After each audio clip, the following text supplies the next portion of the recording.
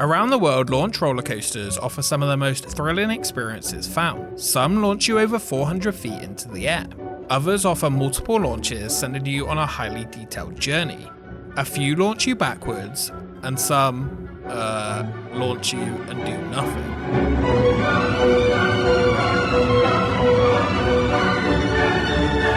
Rita, Queen of Speed, your best Alton Towers ride ever.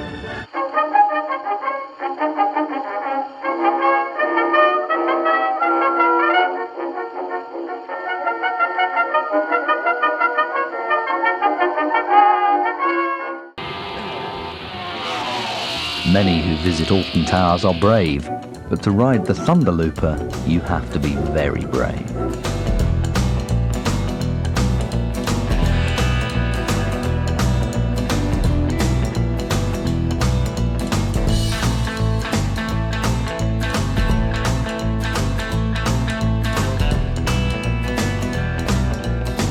There are multiple different types of ways to launch a roller coaster, rather than the traditional lift hill. Shuttle roller coasters were some of the first to do so, either using a winch powered by an electric motor to launch the trains forwards or backwards, or a weighted drop to propel the train.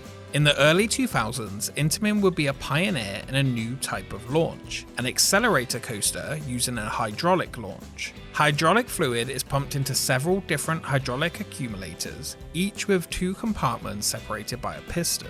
As the liquid is pumped into one compartment, gas in the other is compressed. At launch, the fluid under pressure is used to drive a number of hydraulic motors which spin a large drum, rewinding a cable that is attached to a catch car under the train to propel it forward in a matter of seconds, providing a forceful launch and flinging it down the track. Unlike the now more commonly used LIM or LSM magnetic launches, it offers a consistent acceleration throughout the launch rather than a powerful start before dying off. Accelerator. This coaster is known for that sensation of pure speed and that visual climbing straight into the sky, that push you back in the seat, hard pounding acceleration. That's what Accelerator's all about. The first of these would be Accelerator, a Knott's Berry Farm, which reached 82 miles per hour in 2.3 seconds, as well as reaching 205 feet high. The second, Top Thrill Dragster, would break records with 0 to 120 miles per hour in 4 seconds during launch and reaching 420 feet high. Storm Runner, the third at Hershey Park, while not as tall, would still reach 75 miles per hour and 150 feet high, this time with multiple inversions. The next Intamin launch coaster will be heading to the UK, advertised as Europe's first hydraulic launch. The same type of coaster as the current tallest coaster in the world was being built at Alton Towers.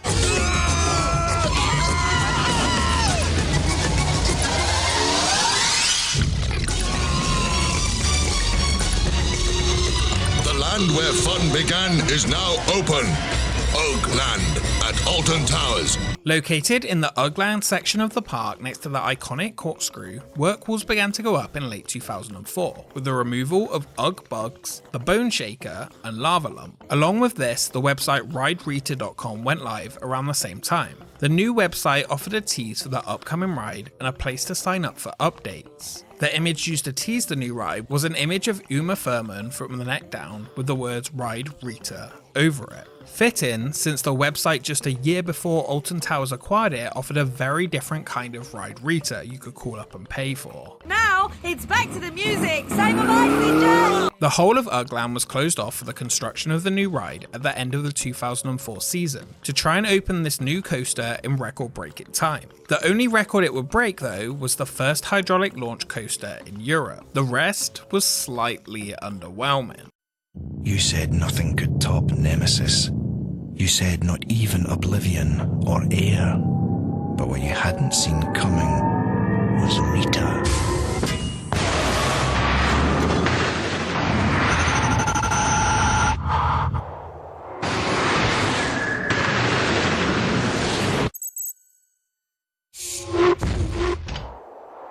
Rita, Queen of Speed, your best Alton Towers ride ever. It would not be a new secret weapon. Unlike the other hydraulic launch coasters that came before it, this one would have no inversions, no top hat, really not much of anything at all. While not classed as a secret weapon, the ride would cost £8 million, just £4 million less than Air, which had opened 3 years earlier. The real reason it wasn't a secret weapon was perhaps it wasn't that original and bigger, along with better versions already existing. Or it could have been that it was during the period Alton was trying to get rid of its magical past. More likely though is just the fact it was really rushed. Originally there was supposed to be a new Secret Weapon 6 designed by John Wardley for Ugland. The story of Alton Towers and its wooden coasters though is for another time. The ride was rumoured to be called Rita. Many people thought the name was just a project name, standing for Alton Towers Intamin Rocket, Rita backwards, as a rocket coaster was a name used for this type of launch coaster. It was not a code name though, and in 2005 you certainly could visit Alton Towers to ride the curves of Rita. Wait. This name was chosen because in the American sport of drag racing, it was common for racers to give their cars female names.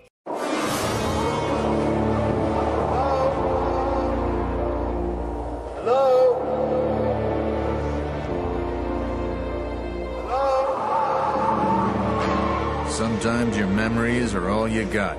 Make sure they're good ones. Like being launched from 0 to 100 in 2.5 seconds on the new Rita Queen of Speed ride at Alton Towers. Make some great memories. You might need them someday. The ride will be known as Rita Queen of Speed and open on April 1st, 2005. When you like sort of like this now, what's your body doing? Is it just sort of preparing yourself for that adrenaline? You can feel your heartbeat going up. Your adrenaline is pumping. Your blood pressure is going up. Yeah. And you're getting a high. You're really feeling a high. And we'll know when it's going to go.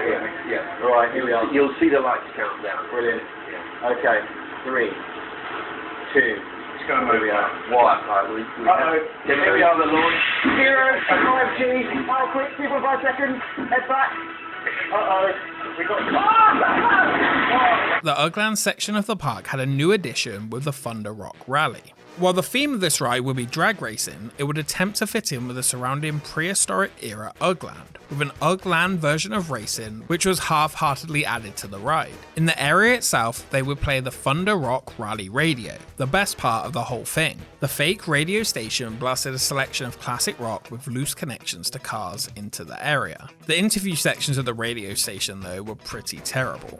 Big man Brad? So they call me, darling. Big house, big car, and a big heart. And last year you, had a problem because your bum was too big, wasn't it? Darling, that is a lie. My posterior region was not, I repeat, not too large. Darn car was too small is all. I could only get one cheek in at a time, and that was kind of embarrassing. Rita would take over the view of Ugland, relegating the classic corkscrew to rumble along the track in the background. The large entranceway was a burning tyre where the words Queen of Speed marked the way into one of the largest cattle pen style queues Alton had ever created, which then led into one of the more unimpressive non-covered stations in the park, perfect for the British weather.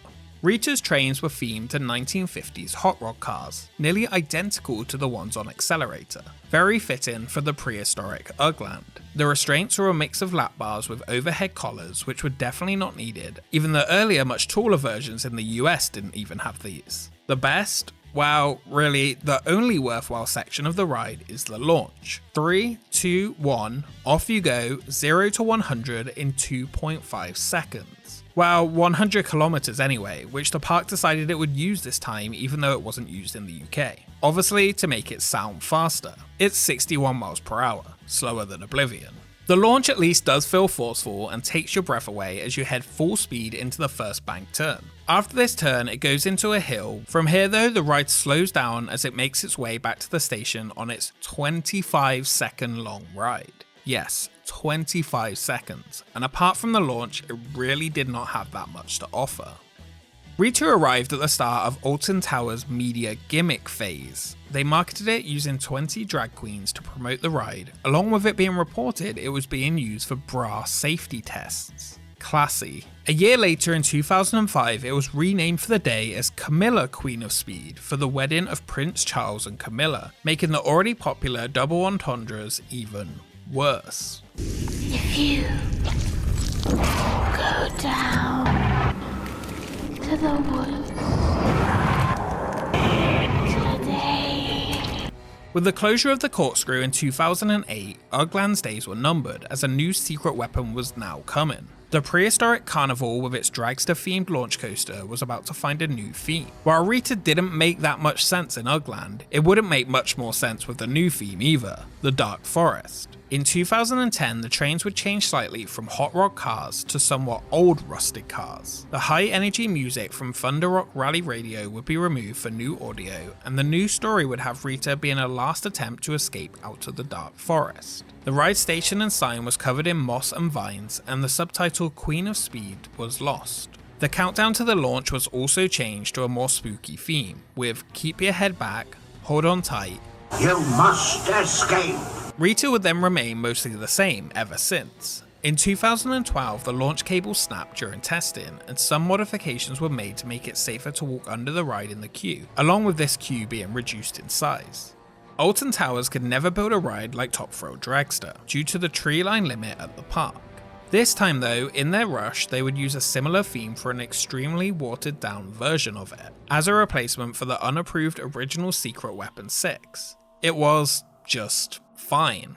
You might think I dislike Rita, but in fact, I really have no feelings towards it at all. The launch will always be fun, and everything that comes after that is just kinda meh. The ride was rushed in to offer something new in a land that it would never quite fit in. Hydraulic launches always feel powerful, and I can see the appeal of it if it's the only version of the ride someone may experience. For me though, it's the weakest coaster at Alton Towers, and that includes Spinball Whizzer, which should have been in Ugland in the first place. Maybe theme it to Dino Eggs or something. Like many other coasters at Alton Towers, they once again focused on one great part of the ride and forgot to build anything substantial other than that. If there is no wait though, then it is definitely worth a ride on Rita. Wait. Thank you so much for watching this episode of Expedition Alton Towers. If you enjoyed it, make sure you subscribe to join the expedition. What do you think of Rita? Let me know in the comments below. For a limited time, if you use the code Rita, you can get 20% off an Expedition Alton Towers t-shirt, so check the link in the description below. Be sure to tag us on Twitter of you wearing one in the parks. A special thank you to our Patreons for supporting the channel, and we will see you next time.